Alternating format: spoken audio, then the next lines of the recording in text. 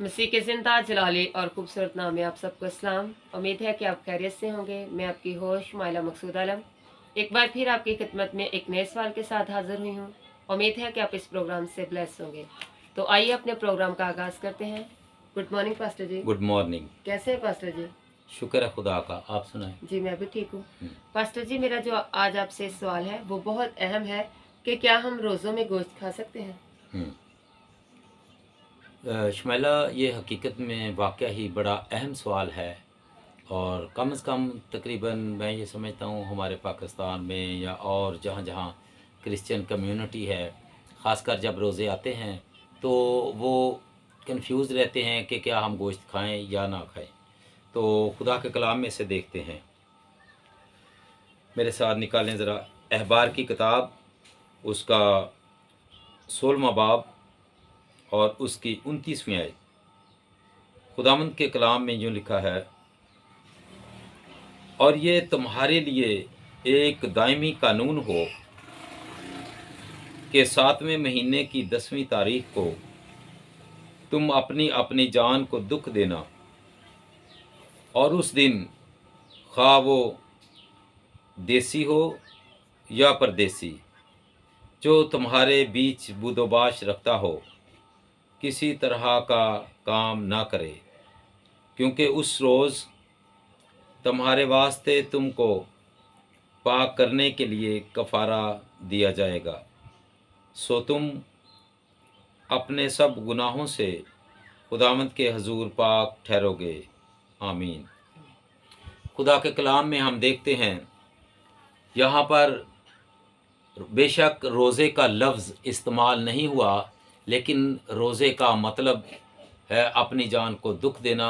और यहाँ पर ये लिखा गया कि अपनी अपनी जान को दुख देना यानी रोज़ा रखना। और फिर इसी तरह खुदा के कलाम में हम देखते हैं, कुज़ात की किताब, उसका 20वां बाब और उसकी 26वीं आयत में, तब सब बनी इसराइल और सब लोग उठे और बैतेल में आए और वहाँ खुदावंद के हजूर बैठे रोते रहे, और उस दिन शाम तक रोज़ा रखा और सोख्तनी कुर्बानियाँ और सलामती की कुर्बानियाँ खुदावंद के आगे गुजरानी। यहाँ पर भी हम देखते हैं कि ख़ास कर रोज़े का लफ्ज़ पहली दफ़ा बाइबल में यहाँ पर इस्तेमाल हुआ है।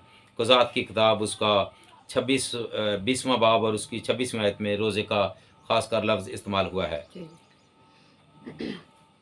पास्टर जी, क्या गोश्त खुशी की अलामत है? खुदा के कलाम में हम देखते हैं, खुदा के कलाम में पैदाइश की किताब, उसका 4वां बाब और उसकी 4थी आयत, और हाबल भी अपनी भेड़ बकरियों के कुछ पहलौठे बच्चों का और कुछ उनकी चर्बी का हदिया लाया, और खुदावंद ने हाबल को और उसके हदिये को मंजूर किया।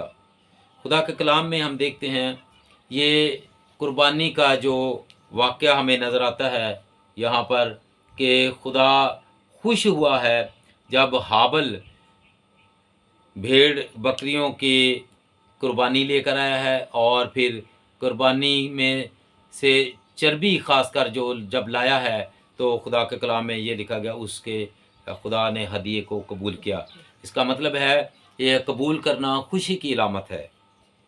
और फिर खुदा के कलाम में हम देखते हैं, अहबार की किताब और उसका हम देखते हैं 16वां बाब और उसकी 3री आयत, और हारून पाक तरीन मकाम में इसी तरह आए कि ख़ता की कुर्बानी के लिए एक बछड़ा और सोख्तनी कुर्बानी के लिए एक मेंढा लाए। खुदा के कलाम में हम देखते हैं, ख़ता की कुर्बानी को मुआफ़ करने के लिए खुदा ये मुतालबा करता है, डिमांड करता है कि एक बछड़ा और सोख्तनी कुर्बानी के लिए एक मेंढा लाया जाए। इसका मतलब ये है कि खुदा इस कुर्बानी को देखकर और इसको स्मेल करके खुश होता है, और जब खुश होता है तो फिर वो इंसान की ख़ता को और गलती को, गुनाह को मुआफ़ करता है। और खुदा के कलाम में भी हम देखते हैं, जो हवाला हमने पहले पढ़ा था कि लिखा है, दोबारा मैं पढ़ूँगा, अहबार की किताब 16वां बाब और उसकी 29वीं और 30वीं आयत। और ये तुम्हारे लिए एक दायमी कानून हो कि 7वें महीने की 10वीं तारीख को तुम अपनी अपनी जान को दुख देना, और उस दिन कोई, खा वो देसी हो या परदेसी, जो तुम्हारे बीच बूदोबाश रखता हो, किसी तरह का काम ना करे। क्यों काम ना करे?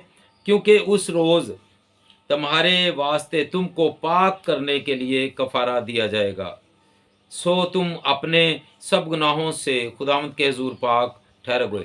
इसका मतलब ये है कि जब खुदा ये कहता है कि तुम अपने आप को पाक करने के लिए कफ़ारा देना, और कफ़ारा देना किसी तरकारी का, कोई गाजर या मूली या कोई और दालें, किसी चीज़ का नहीं, बल्कि खुदा खुद ये कहता है कि बछड़ा और मेंढा लाया जाए, ताकि मैं उस कुर्बानी को देखकर खुश हूँ। जैसे खुदा ने जब हाबल जानवरों की चर्बी लेकर आया, खुदा ने हदिये को कबूल किया और कबूल खुशी से किया। और फिर यहाँ पर खुदा ने हुक्म दिया है, हारून से कहा है कि एक बछड़ा और एक मेंढा सोख्तनी कुर्बानी के लिए लाओ, ताकि मैं तुम्हारी खता को मुआफ़ करूं।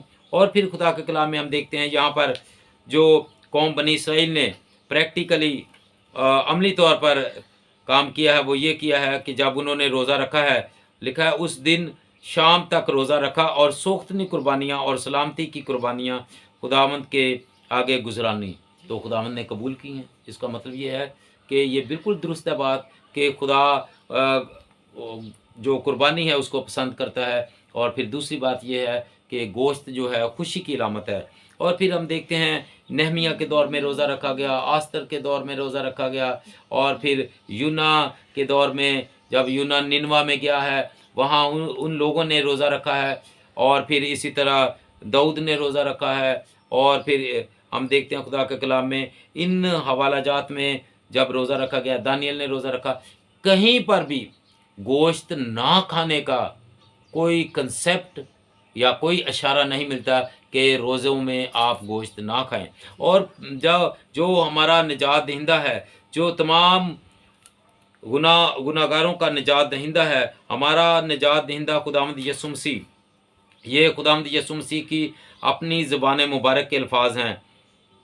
मत्ती की अंजील उसका 6 बाब और उसकी 16वीं आयत में लिखा है, और जब तुम रोज़ा रखो तो रियाकारों की तरह अपनी सूरत उदास ना बनाओ, क्योंकि वो अपना मुंह बिगाड़ते हैं ताकि लोग उनको रोज़ादार जाने। मैं तुमसे सच कहता हूँ कि वो अपना अजर पा चुके। खुदा के कलाम में हम देखते हैं यीशु मसीह ने ये कहा है कि जब तुम रोज़ा रखो तो तुम्हारा चेहरा, तुम्हारी सूरत कैसी होनी चाहिए? लिखा है कि उदास ना हो। तो जब ये कहा गया उदास ना हो, तो इससे मुराद क्या है? फिर कैसी होनी चाहिए? खुश होनी चाहिए। शाबाश। और खुदा के कलाम में हम देखते हैं जो लफ्ज़ वहाँ उदास लिखा है, इंग्लिश में सैड लिखा गया।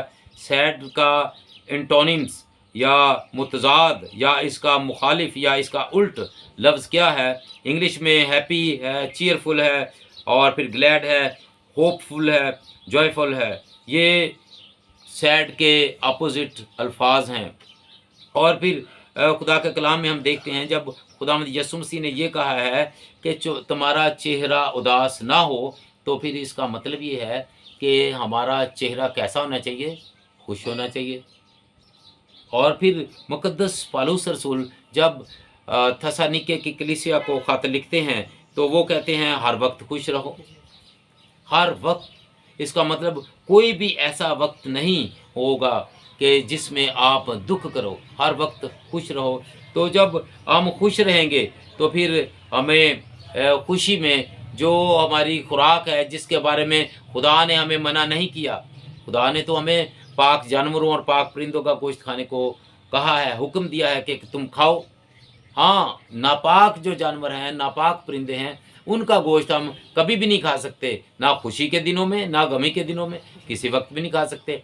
जो पाक जानवर हैं, जिनका खुदा ने खुद हुक्म दिया है और पाक परिंदे हैं, उनका हम हर वक्त हर रोज़ गोश्त खा सकते हैं। पूरी बाइबल में हमें एक आयत एक इशारा भी नहीं मिलता कि हम रोज़ों में गोश्त ना खाएं, बल्कि यीशु मसीह की तालीम जो है वो सबसे उत्तम है। और वहाँ पर ये कहा गया कि जब तुम रोज़ा रखो तो अपने चेहरे को उदास ना बनाओ, यानी तुम्हारा चेहरा खुश हो, तुम्हारी तबीयत में खुशी हो।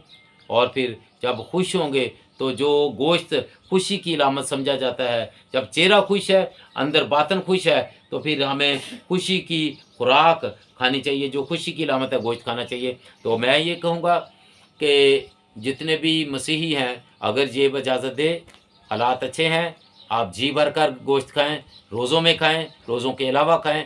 कहीं पर भी आपको कोई शख्स पूरी बाइबल में ये साबित नहीं कर सकेगा कि रोज़ों में गोश्त नहीं खाना चाहिए। शुक्रिया। थैंक यू पास्टर जी, आपने बहुत अच्छा कलाम मुकद्दस में से हमें बताया कि कलाम मुकद्दस या पूरी बाइबल हमें गोश्त खाने से मना नहीं नहीं। करती। खुदा आपको बरकत दे, खुदा आपको और ज़्यादा अपने जलाल के लिए इस्तेमाल करे। उम्मीद है कि हमारे सुनने वालों ने भी बरकत पाई होगी। अगले प्रोग्राम तक के लिए इजाज़त दीजिए मुझे और पादी मकसूद साहब को अपनी दुआ में याद रखिए। God bless you.